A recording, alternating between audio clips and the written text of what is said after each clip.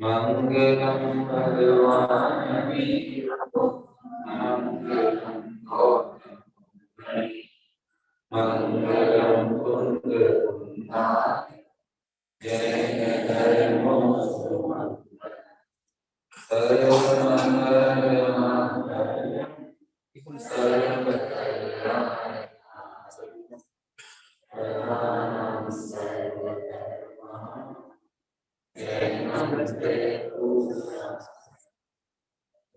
सर्वधर्माणां इसको बनाओ पोस्टर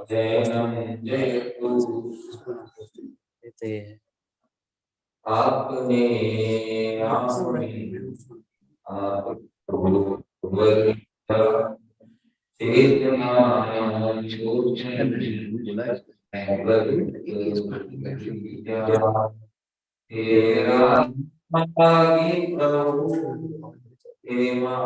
महावीर आपके दर्शन आपके दर्शन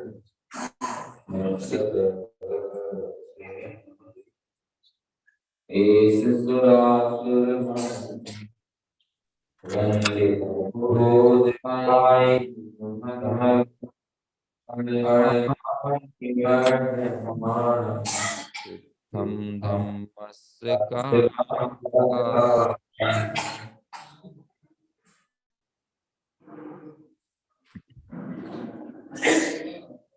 प्रवचन सार ग्रंथाधिराज दिव्य ध्वनि का सार जिसे कहते हैं, ऐसे इस ग्रंथ की चूली का अधिकार के अंतर्गत आई हुई 232वें नंबर की गाथा, जिसके ऊपर हमारी चर्चा चल रही है, आगम चेष्टा तदो जेठा। आगम की चेष्टा ही जेठा यानी ज्येष्ठ है। किसके लिए आगम की चेष्टा ज्येष्ठ है? तो कहते हैं श्रवण के लिए। और क्यों श्रवण के लिए आगम की चेष्टा को जरूरी बताया है, ज्येष्ठ बताया है? तो इसलिए कहा क्योंकि श्रवण एकाग्रता का नाम है। एकाग्रता नहीं है तो श्रामण्य भी वो नहीं है। मोक्ष मार्ग में एकाग्रता जरूरी है, एक अग्र होना। और वो एक कौन है? शुद्धात्मा, वो एक है। और वो शुद्धात्मा ही एकमात्र अग्र तब हो सकता है जब हमें पदार्थों का भली भांति निश्चय हो। पदार्थों के निश्चय हुए बगैर हमें ये पता नहीं चलेगा। जैसे कि मेले में किसी बच्चे की मां गुम गई हो, तो जब तक वो मेले में उसको बहुत सारी महिलाएं दिखाई जाएं, लेकिन वो सबको देख ले, हर एक महिला को गेट पर बिठाल के उसे कहा जाए कि अब यहां से निकलने वाली महिलाओं को देखो, जानो, तो जब वो देख लेगा कि नहीं ये मेरी नहीं है, ये मेरी नहीं है, ये नहीं है। लेकिन यदि उससे कह दिया जाए कि तुम तो मेले में बाकी सब महिलाओं को मत देखो, सीधे अपनी मम्मी को ढूंढो, तो भाई यदि उसे मम्मी पहले ही मिली होती उसकी, तो वो भूला हुआ भटका हुआ क्यों कहा जाता?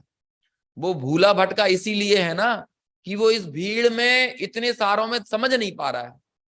तो कोई एक उसके लिए ऐसा साधन बना दिया जाता है कि आप यहाँ पर बैठो, और यहाँ क्योंकि जितने भी लोग हैं वो सब अंदर ही हैं, और यहां से निकल तुम्हारी माँ और कहीं से बाहर आ नहीं सकती है, यहीं से आएगी।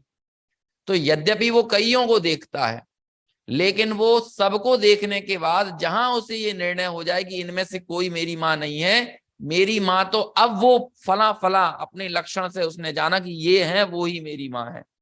तो ऐसा करके वो उस एकाग्र होकर और उन्हीं में फिर वो तन्मय होता है। और यदि उसे निश्चय ना हो, ना वो अपनी माँ को जाने, ना अन्य स्त्रियों को जाने, तो वो एक के प्रति एक को अग्र करके उसमें तन्मय कैसे न हो सकेगा? ऐसे जब स्व और पर का जीवादि 7 तत्वों का, ज्ञान का, ज्ञेय का, 6 द्रव्यों का, सर्व का जो स्वरूप जब वह जीव जानता है और उनको जानकर क्या करता है कि ये इन सब द्रव्यों में ये जो सब है ना, ये मैं नहीं हूं। बुध गल नव धर्म अधर्म काल इन तय न्यारी है जीव चाल। लेकिन उसने जाना तो, लेकिन जानकर उसने क्या किया, उसे अपने रूप से माना नहीं, लेकिन जाना इसलिए क्योंकि उसे एक को मानना था, एक को अग्र करना था, एक की को प्राथमिकता के साथ अपना मानकर उसका श्रद्धान करना था। और ऐसा जो जानना है, यानी पदार्थों का जो निश्चय करना है, पदार्थों के स्वरूप का अवभाषण करना है, ये कहां से हो सकता है? तो वो कहते हैं कि वो आगम से ही पदार्थों का निश्चय होता है। इसीलिए श्रवण के लिए क्या जरूरी है? आगम की चेष्टा वो ज्येष्ठ है ना। अब हम थोड़ा सा इसकी टीका को पढ़ते हैं और थोड़ा इसके जरिए बात को समझने का प्रयास करेंगे और जो इसमें विशेष बात होगी उसको देखेंगे। प्रथम तो जिनके पास ग्रंथ है वो ग्रंथ में मिला सकते हैं, जिनके पास सामने नहीं हो वो ध्यान से सुनेंगे तो बात समझ में आएगी। प्रथम तो श्रवण वास्तव में एकाग्रता को प्राप्त ही होता है। शुरुआत की 2-3 पंक्तियों में वही बात दोहराई है जो कि टीका में है। पेज नंबर 452 है, गाथा क्रमांक 232 की टीका है ना। थोड़े पेज 2, 4, 5 आगे पीछे हो सकते हैं अलग अलग प्रतियों में। 232 नंबर की गाथा की टीका मैं पढ़ रहा हूं। प्रथम तो श्रवण वास्तव में एकाग्रता को प्राप्त ही होता है। एकाग्रता पदार्थों के निश्चयवान के ही होती है और पदार्थों का निश्चय आगम द्वारा ही होता है। इसलिए आगम में ही व्यापार प्रधानतर यानी कि विशेष प्रधान है, दूसरी गति यानी अन्य कोई मार्ग नहीं है।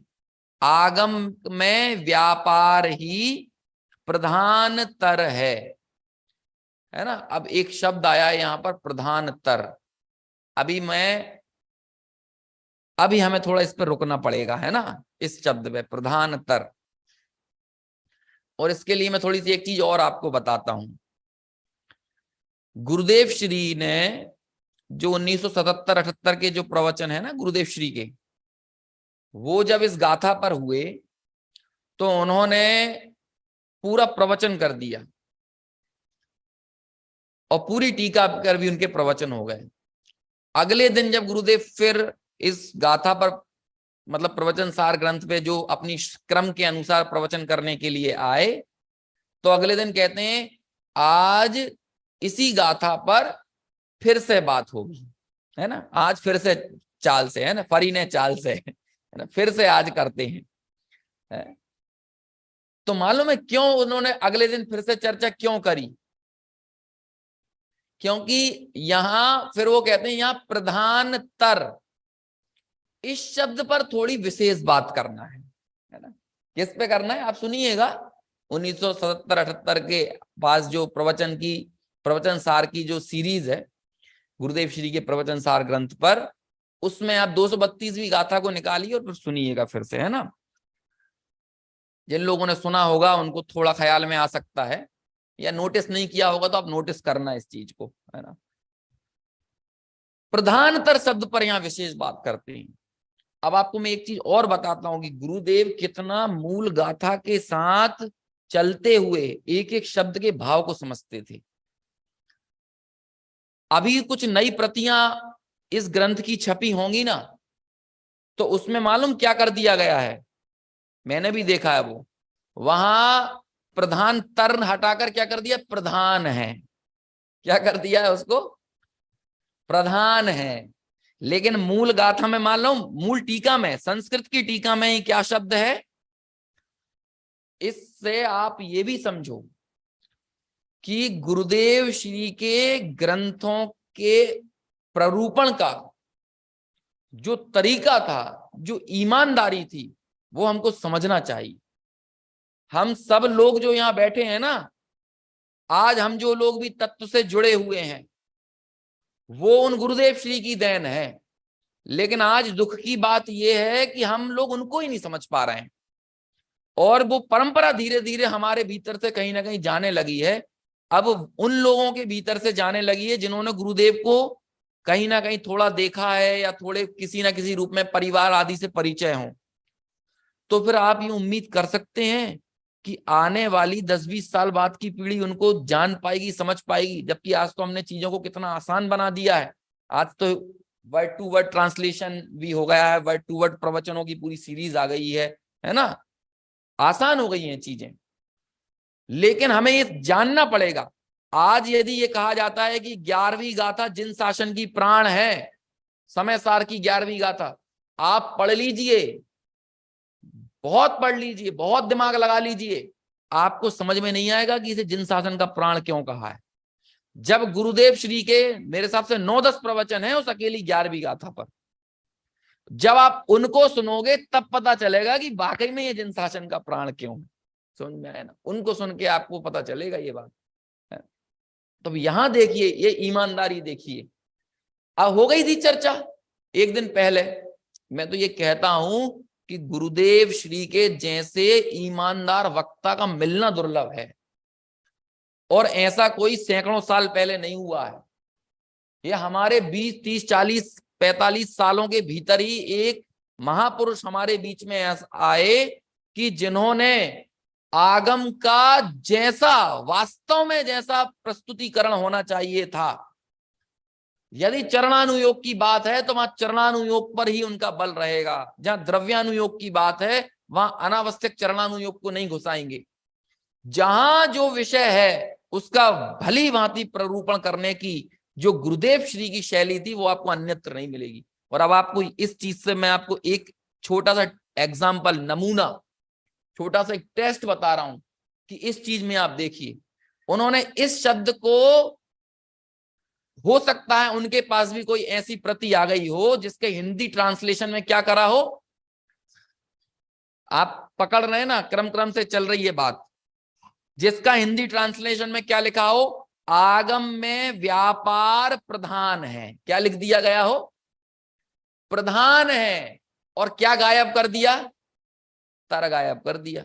अब इस प्रधान तर शब्द में क्या भरी चीज है, और उससे यदि उसको हटा दिया जाए तो कैसे अर्थ को हम हल्का कर देते हैं। उस तर शब्द को हटाकर चीज हल्की हो जाती है ना। अभी ये बताएंगे क्या है, तरी शब्द तो है, लोग बाग ये करते हैं आजकल अनुवाद करते हुए। अभी मिलेगी, आप निकाल के देखिए, अभी कोई नई प्रति निकालो, मैं आपको 101% गारंटी देता हूं उसमें तर शब्द हटा दिया गया होगा और यही लिख दिया होगा कि मुनिराज के लिए आगम में व्यापार प्रधान है, लिख दिया लोगों ने। ये अनुवाद में हो गई ये गलती। लेकिन अभी वो प्रधान तर में कितनी बात है वो आपको पता चलेगी। 3 डिग्री होती हैं, गुड, बेटर, मतलब क्या बोलते हैं उसको मैं तो यहाँ उसके एग्जाम्पल दे रहा हूं, गुड, बेटर और बेस्ट, ये 3 डिग्री होती है ना। ऐसे ही तर तम है ना, जब उसे हम हिंदी में करें, जैसे उसको क्या करेंगे, प्रधान, प्रधान तर और प्रधान तम, क्या हो जाता है वहां पे। इस तरह से जब उसको हिंदी में अपन करते हैं, जैसे और भी आप देखो है ना, अच्छा, बेहतर, सर्वोत्तम, है ना। जब आपने सर्वोत्तम कह दिया तो क्या हो जाएगा, वो सबसे बेस्ट हो गया। और बेहतर किया तो किसी और से तुलना कर कह रहे हैं उससे बेहतर हुआ। और उसके नीचे मतलब अच्छा, सिंपल छोड़ दिया तो वो सिर्फ क्या है, वो गुड है। तो ये होती है ना 3 डिग्रियां। अब यहां पर आगम में व्यापार, आगम की चेष्टा, क्या लिख रहे हैं शब्द, प्रधान तर है, प्रधान नहीं है, लेकिन साथ में प्रधान तम भी नहीं है। समझ में आया। इसका मतलब ये किसी चीज से तो अच्छी है लेकिन किसी चीज से नीचे है। समझ में आया। इस चीज के लिए गुरुदेव श्री ने ये बात छेड़ी, श्रमणों के लिए क्या जरूरी है कि किसके सामने आगम की चेष्टा, आगम का व्यापार रोका जा सकता है, किस चीज के सामने। एक चीज है, यदि वो है तो आगम में चेष्टा मत करो, आगम की चेष्टा छोड़ के वो काम करो। अभी सोचो, यदि यदि कोई को अर्थ करवाने बोल दिया, हम तो कह रहे हैं आज गुरुदेव ना होते तो हम भी यही अर्थ कर रहे होते, आगम की चेष्टा से बड़ी कोई चीज नहीं है, आगम की चेष्टा, हम भी यही आपको डंका, हमारी कोई हस्ती नहीं है, हम भी यही प्ररूपण करते आज गुरुदेव श्री ना होते तो। समझ में आया? यहां से पता चलता है, मतलब मुझे आप गुरुदेव की पृष्ठभूमि को, गुरुदेव की मना स्थिति को समझिए। गुरुदेव के क्या कहें भाई, ऐसा आगम का अर्थ भाषित होना भी महान विशुद्धि से होता है। तो वो सहज ही जब अंतर की विशुद्धि इतनी वृद्धिंगत हो तो कहते हैं कि वो श्रुत ज्ञान का आवरण अपने आप हटता है। और वो ऐसी विशुद्धि गुरुदेव श्री की थी कि श्रुत के अर्थ करने में ऐसे आवरण उनके ऊपर नहीं आते थे। समझ में आया?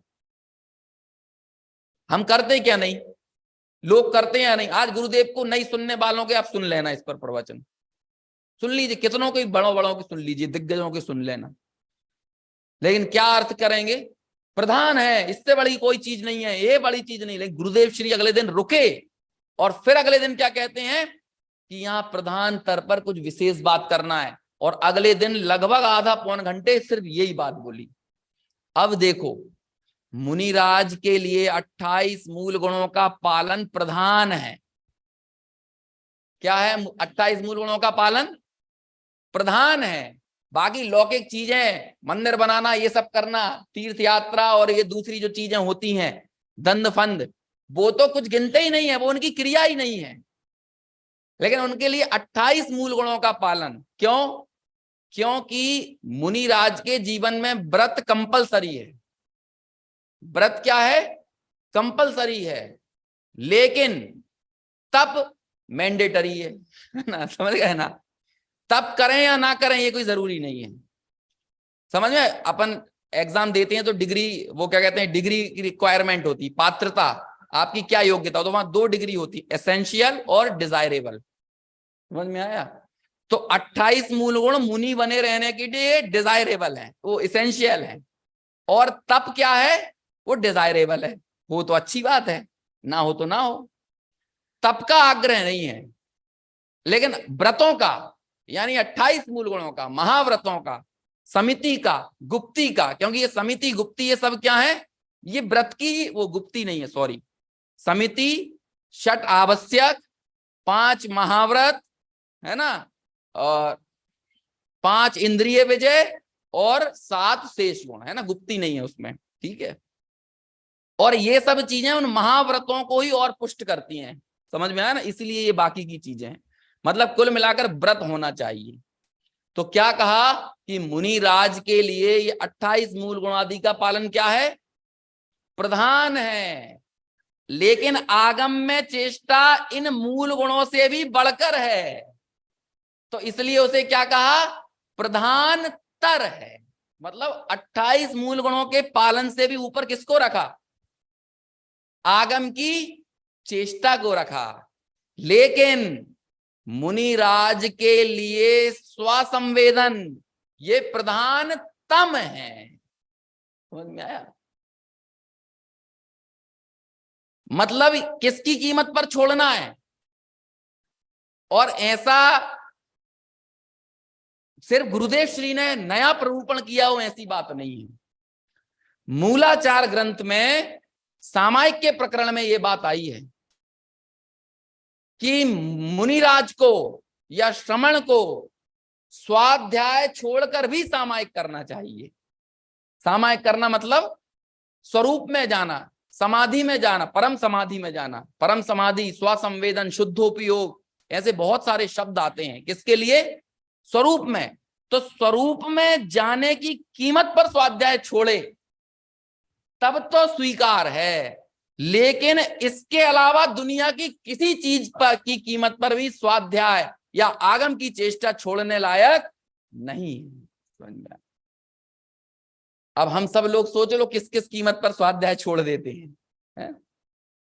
सर्दी ज्यादा है, गर्मी ज्यादा है, बच्चों को स्कूल जाना है, शादी है, विवाह है, तमाम तमाम तरह की चीजें, जरा जरा सी चीजें, गाड़ी, घर थोड़ा सा दूर है।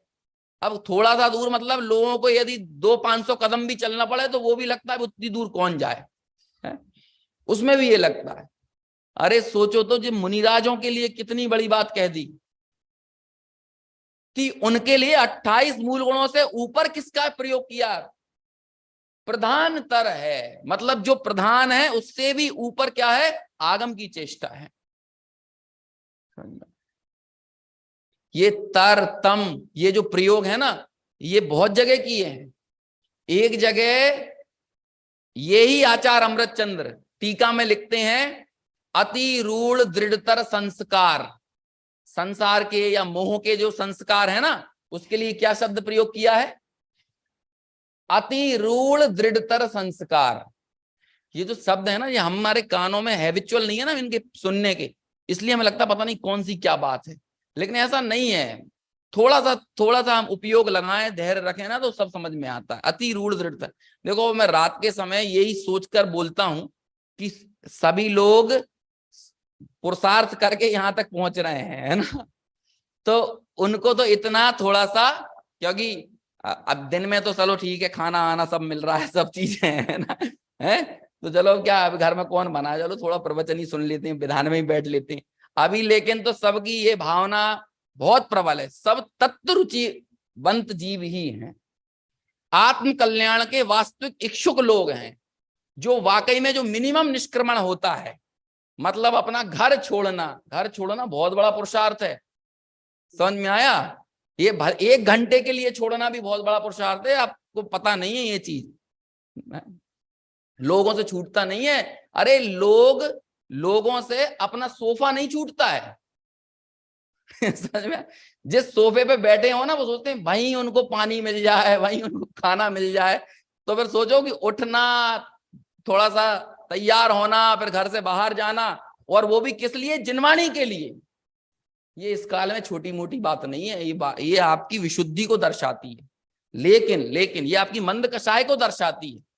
लेकिन थोड़ा सा रेड अलर्ट, मंद कषाय भी एक नशा है। ना, हम क्या करते हैं, हम मंद कषाय में आकर वापस फिर तीव्र कषाय में चले जाते हैं, और फिर वही मंद कषाय का नशा करना चाहते हैं। मंद कषाय आकषाय में जाने का माध्यम होना चाहिए, मंद कषाय वापस से तीव्र कषाय में लौटने का माध्यम नहीं बनना चाहिए। बाहर से मंदिर आओ और मंदिर से अंदर जाओ ना।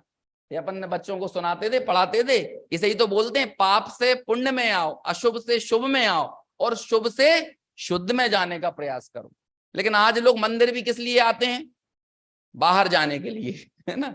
लोग बोलते हैं बस 2 मिनट में मंदिर होके आते हैं, मतलब वो पहले ही सोच के जा रहा है आना ही है हमको, है ना, हमें वहां और कुछ करना नहीं है ना। खैर, ये आपकी विशुद्धि को बताता है, दर्शाता है ना, कि यहाँ पे बैठ। इसलिए थोड़ी सी बात यदि थोड़ी गंभीर होती है तो धैर्य रखना। सुबह तो अपन नॉर्मल बात कर ही रहे हैं, लेकिन अभी आप इस मूल भाव को समझें, आचार्य क्या कहना चाहते हैं, गुरुदेव श्री ने क्या मंतव्य दिया है, और ये कितना जरूरी है। एक चीज और मैं आपको बोल देता हूं, अपनी नैया वक्ताओं के भरोसे मत छोड़ना। समझ में आया?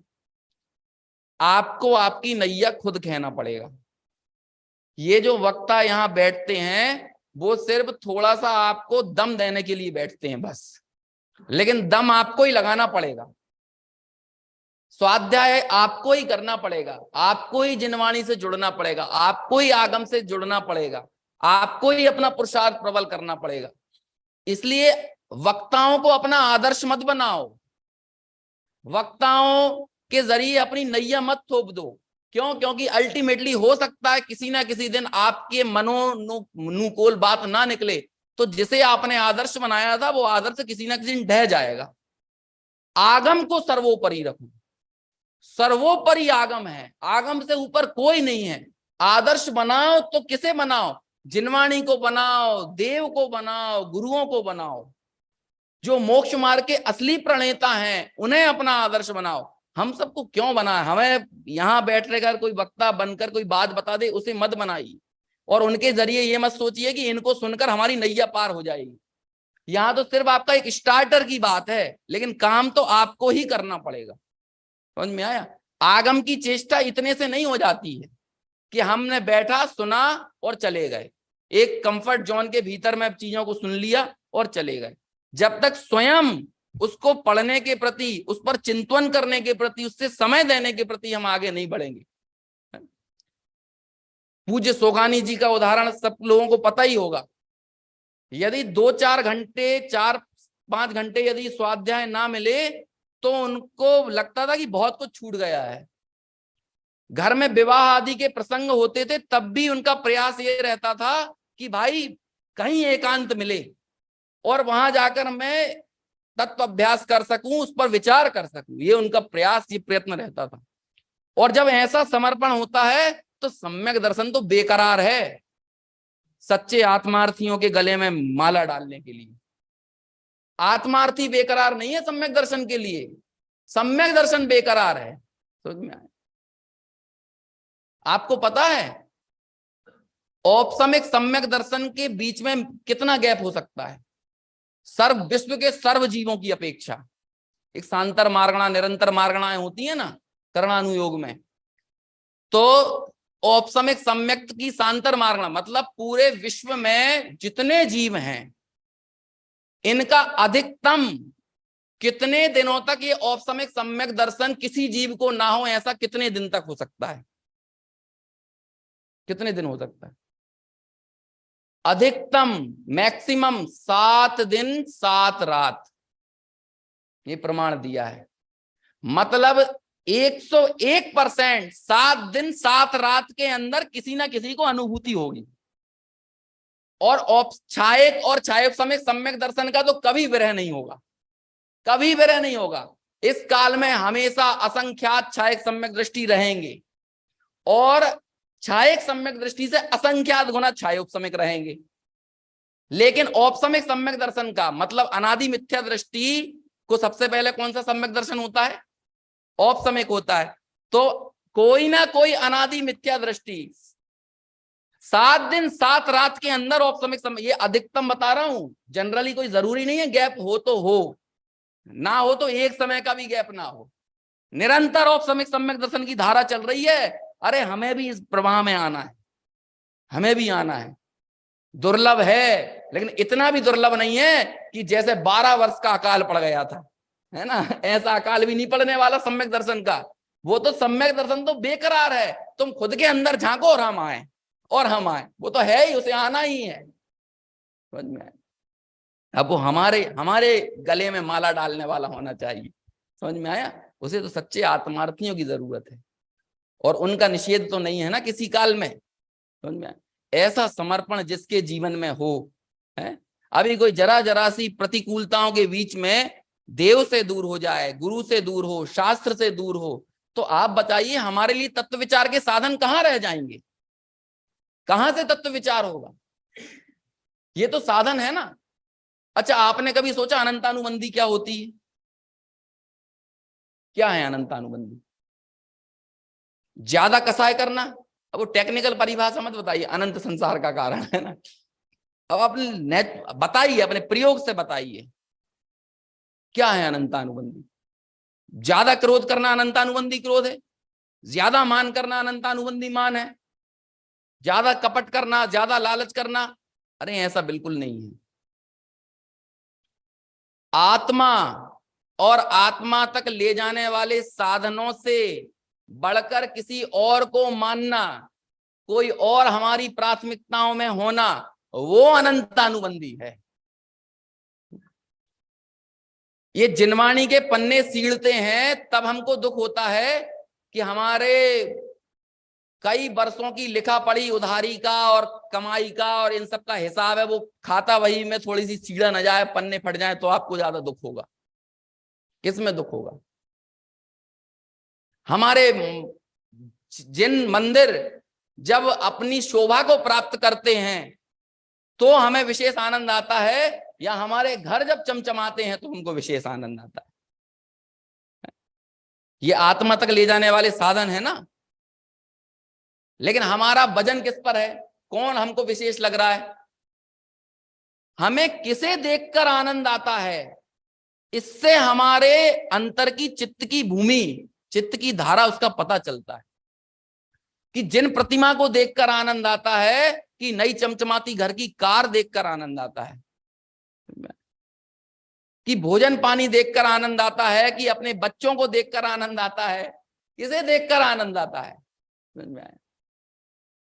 कि जिन राज देखकर आनंद आता है, कि जिनवाणी देखकर आनंद आता है, कि टीवी देखकर आनंद आता है, कि पिक्चर देखकर आनंद आता है। कहां से आनंद आता है, हमें प्रफुल्लित हमारा चित्त कहां से होता है। इससे ये बात तय होती है कि हमें वास्तव में कौन सी चीज ज्यादा रुचिकर है। ज्यादा गुस्सा कर देना, ज्यादा क्या कहते हैं बड़प्पन दिखा देना, इसका नाम नहीं है। ये तो क्या कहते हैं कि चारित्र मोहनीय के उदय में ऐसी दशा सम्यक दृष्टि की भी देखी जा सकती है। लेकिन भगवान के सामने आए, जब तत्व विचार की बात हो, अरे आप सोचिए, खुद को संयम धारण करने का भाव नहीं आ रहा था कृष्ण बलराम को, लेकिन जो जो संयम धारण कर रहा था तो ऐसा अनुमोदना से प्रफुल्लित चित्त था कि अरे धारो, जिसे जिन दीक्षा धारण करना है धारण करो। अब तो जो होना है, जो उन्हें मालूम है हमारी सारी संपत्ति जा रही है, लेकिन वहां भी ये भाव था कि जिन मंदिर बने बचे रहें, है ना, आत्मार्थी जीव अपने कल्याण के मार्ग में आगे बढ़ जाएं, ऐसा उनके अंदर प्रमोद भाव, ये भावनाएं होती है ना, मैत्री, कारुण्य, प्रमोद, माध्यस्य, ये सब होती है कि नहीं, ये सब जीवन में, यही तो उस सम्यक दृष्टि का व्यवहार है जहां से पकड़ में आता है। तो ये हमारे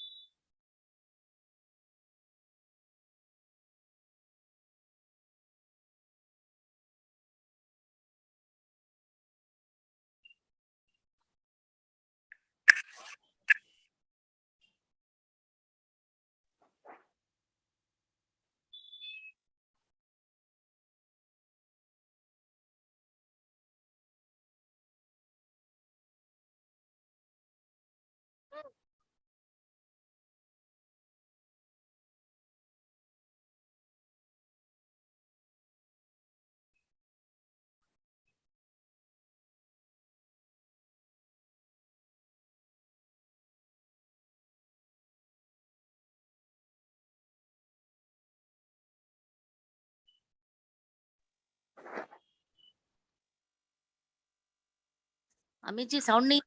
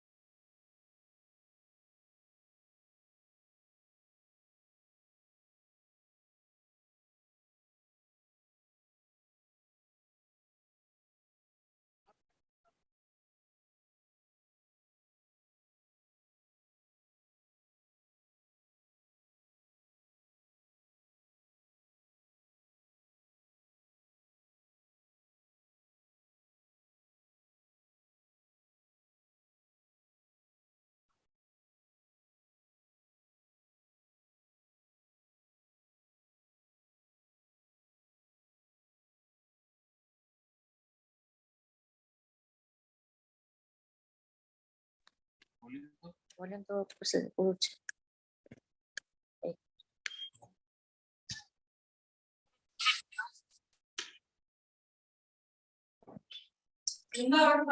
किससे टकराने के लिए फॉर्मूला विज्ञान से टकराने के लिए।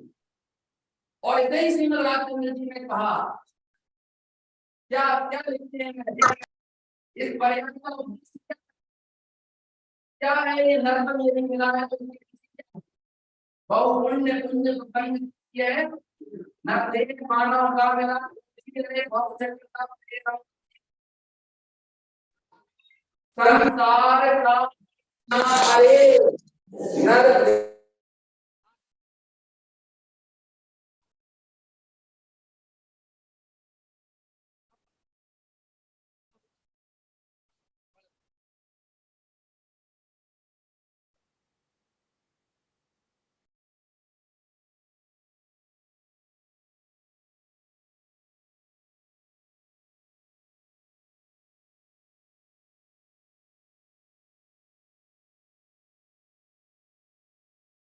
तो विचार विचार करते करते वो कहाँ चल जाएगा। वो निर्गत अनुभूति को पाएगा। लेकिन अनुभूति के पहले वो वेद विज्ञान और विचार धारा को कहेगी ना।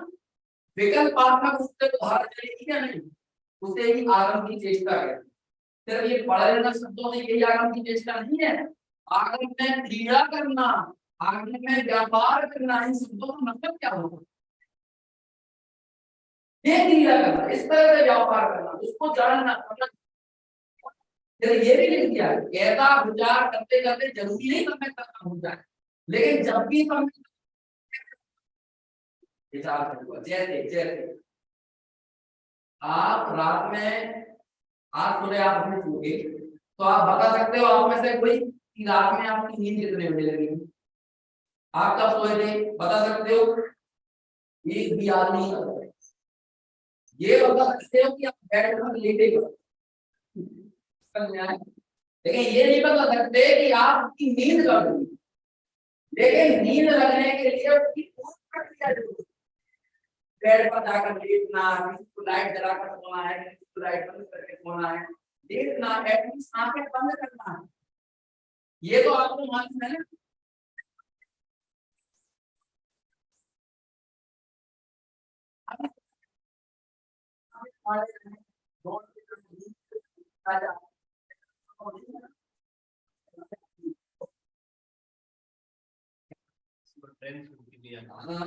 सवाल है कि हम नीचे है गाड़ी खुल गई पैर चल गया है ना हमारे लिए वो उनका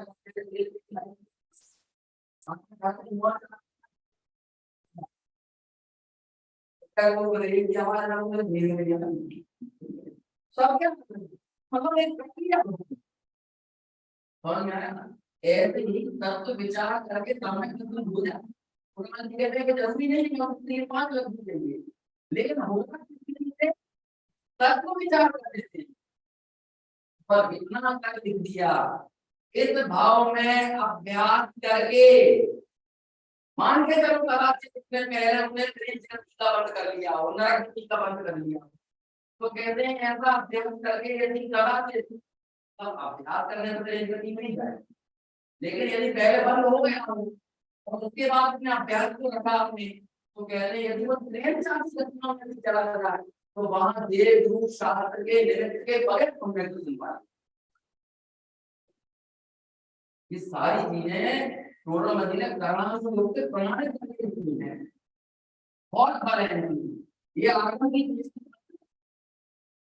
ये गाथा है तो क्या है दूसरा चाहती है कि विनय से किया गया अभ्यास कहते हैं कई भवों बाद भी आपके संबंध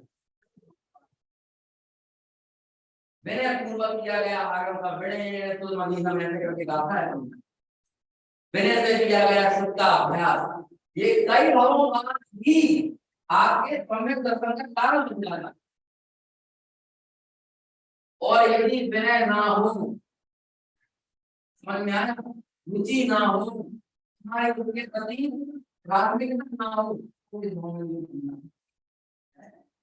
यदि उसके पीछे कोई और उद्देश्य चल रहा हो हमें सत्ता दिखाना है हमें पुण्य का प्रबंध करना है ये करना है वो करना है कहते हैं वो सब छोड़ है ना आप लोग उपलब्धि की भावना से किया गया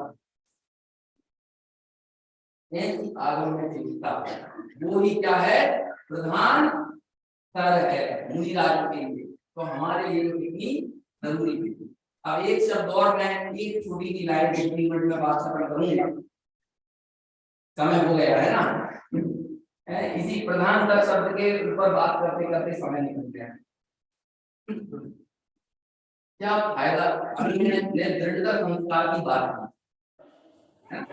की ये 83वें नंबर की गाथा की टीका में शब्द आया कौन से नंबर की गाथा की टीका में 83 नंबर की गाथा अब कोई आदमी आ जाए यो संस्कार कैसे संस्कारों पे रहेंगे कैसे संस्कारों पे रहेंगे तो फिर आचार्य अमृत चल एक बार और संस्कार शब्द का प्रयोग किया और वो कहाँ किया 86वें नंबर की गाथा अभी तो मुंह के संस्कार राग द्वेष के संस्कार संसार के संस्कार इनकी बात 83 नंबर में की और 86 नंबर के में कौन से संस्कार क्यों क्योंकि यदि विलयन ताकतवर है तो न्यूट्रिशन पावर होना चाहिए ना तो आदि विलयन वाले संस्कार कहते हैं वो अभी रूल जड़ता है तो अब उससे भी आप मजबूत संस्कार चाहिए कि नहीं उन संस्कारों से करने के लिए संस्कार कहाँ से लेकर आओगे कहाँ से लेकर आओगे संस्कार कहाँ से लेकर आओगे सीधे अमृत चल रहा है आगे से पढ़ के निकालता हूं मैं बहुत अच्छे से नहीं पढ़ता हूं सुनिए 86 नंबर की गाथा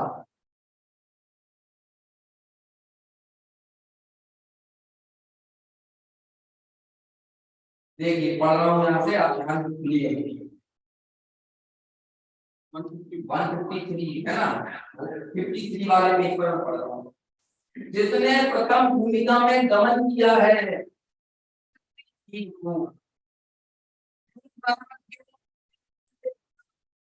बाधित है जो सर्वज्ञ के द्वारा हमने पढ़ा ना आपको ऊपर के मंडलंगे जो सर्वज्ञ के द्वारा कहा गया होने से कैसा है सर्व प्रकार से अनुलंघ यानी अबाधित है ऐसे शास्त्र प्रमाण शास्त्र यानी होता है शब्दों का समूह शास्त्र प्रमाण को यानी द्रव्य स्रोत को इसको जिनवाणी, ये द्रव्य शुद्ध है ना। भाव शुद्ध तो जो शुद्धियां होता है वो होता है ये। ऐसे द्रव्य शुद्ध प्रमाण को प्राप्त करके सब मिल गया, ये सब नहीं है यहाँ सब मिल गया है, मिल गया है। अब क्या करना है, प्राप्त करके क्रीड़ा करने से, अभी क्रीड़ा करने की बात मैंने परसों की थी, क्रीड़ा करने से उसके संस्कार से, आया शब्द, क्रीड़ा करने से क्या होगा, जब आप इस आगम में क्रीड़ा करोगे तो क्या होगा, संस्कार बनेंगे, और उसके संस्कार से कौन सा काम होगा, सुनो भाई, इतना मार्मिक शब्द है, अभी मेरे पास समय खत्म हो गया, नहीं तो ये शब्द चाहिए था मुझे बताने के लिए। विशिष्ट संवेदन शक्ति, संवेदना में सर्वगुण समाहित हैं। अफसोस की बात है हमारे अंदर संवेदना चली गई है, चली गई है। मसान वैराग्य तो पहले होता था, आज वो भी चला गया है। और आप सब लोगों ने ऐसी दशा देखी होगी कि शमशान में हम हमारे रिश्तेदारों को जला रहे हैं और मोबाइल पर बात चल रही है, बस 5 मिनट में जलने वाले चले जा रहे हैं, लोग बोलते हैं। वहां भी वैराग्य नहीं है, वहां भी लोगों का मोबाइल चालू है। ये क्या दर्शाता है, संवेदना चली गई है, संवेदन शक्ति चली गई है, महसूसियत चली गई है, कुछ लगता ही नहीं है। हम 4 गतियों के दुख सुने, हम हमारी दशा को सुने, हमें कुछ फील ही नहीं होता है। जिनवाणी प्रूफ हो चुके हैं, है ना, कुछ बता दो, कुछ कह लो, किसी वक्ता से सुनवा लो, कुछ भी कर लो, क्या हुआ है, संवेदन शक्ति चली गई है। और वो क्यों चली गई है, क्योंकि हम आगम से दूर हो गए और मोबाइल के नजदीक हो गए, जूम के नजदीक हो गए। आपके अंदर संवेदन शक्ति पैदा नहीं होगी, नहीं होगी, आप समझ लो ये चीज। उसके लिए ये द्रव्य शुद्ध को प्राप्त करके, ये द्रव्य शुद्ध नहीं है, नहीं है ये द्रव्य शुद्ध। क्यों, क्योंकि यहाँ पर सिर्फ क्या है, यहाँ पर सिर्फ सर्वज्ञोपज्ञ होने से अबाधित शाब्द प्रमाण है, यहाँ सिर्फ ये है। और यहाँ पर क्या क्या है, क्या क्या है, यहाँ पर कैमरा है, यहाँ पे वीडियो है, यहाँ पर गाने हैं, यहाँ पे संगीत है, वही यूट्यूब प्रवचन सुनाता है, वही यूट्यूब फिल्मी गाने दिखाता है, यहाँ पर और कुछ नहीं है। समझ में आया। तो जब इससे दूर होंगे तो क्या मिलेगा, अकेला, ये कोई मसाला नहीं है ना, कि चाय जो जीरा भी मिला दो, हल्दी भी मिला दो, सब मिला दो, सब चीज चल जाएगी, ये ऐसा नहीं चलता। अनुलंघ होने से इसकी प्योरिटी को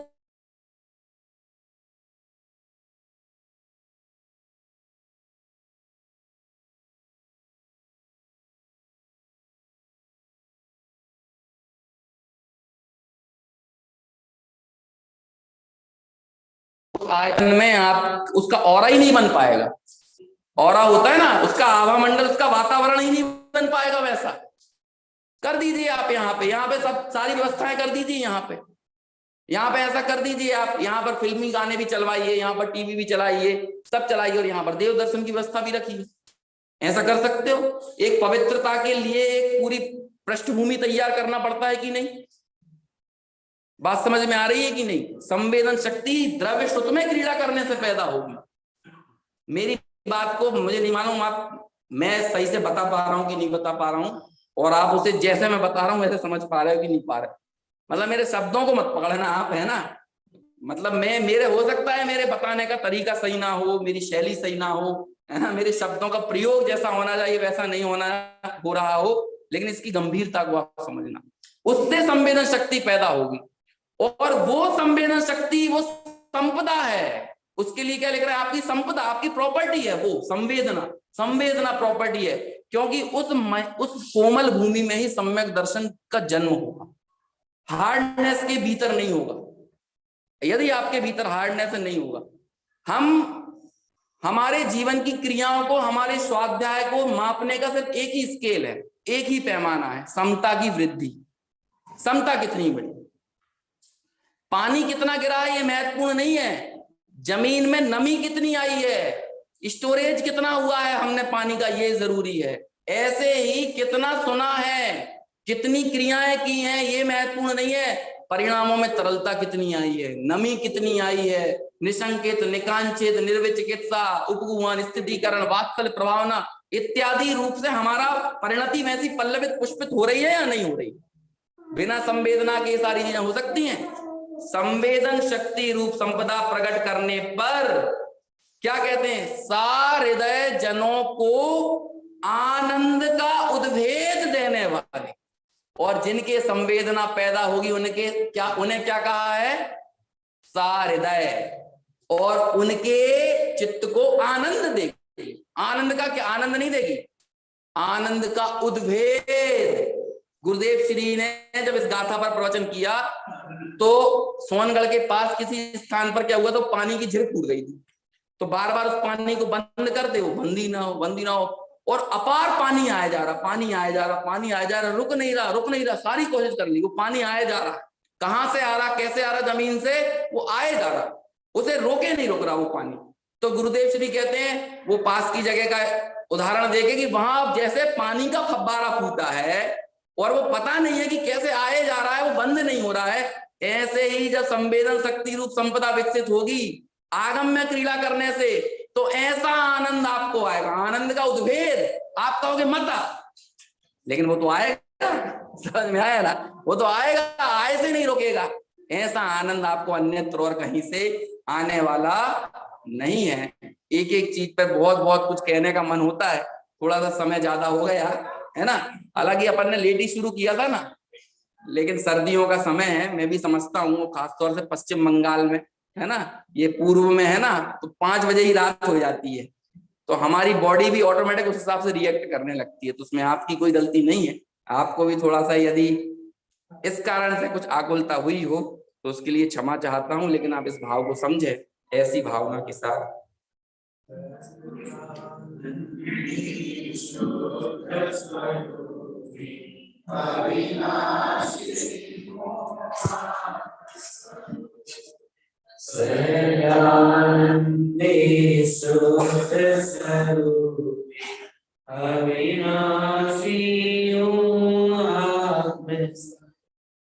कल के कार्यक्रम यथावती है। कल के हमारे विधानकर्ता मुख्य आयोजन करता है वही है श्रीमती रतन देवी जी पाटनी, अशोक जी आरती जी पाटनी सिंगापुर कोलकाता, हमारे कमल जी भाई साहब, उन्हीं के परिवार की ओर से ही कल विधान भी है और शादी विवाह चरण पूजन भी उन्हीं के परिवार की ओर से है। कल शाम के कार्यक्रम थोड़े से परिवर्तित होंगे, उसकी सूचना आपको सुबह ही मिलेगी, कैसे क्या रूपरेखा रहेगी। आप निज निज निज में बताई अनंत उपकार इसके लिए जिन वाणी माको सतवार वंदना सतवार। नो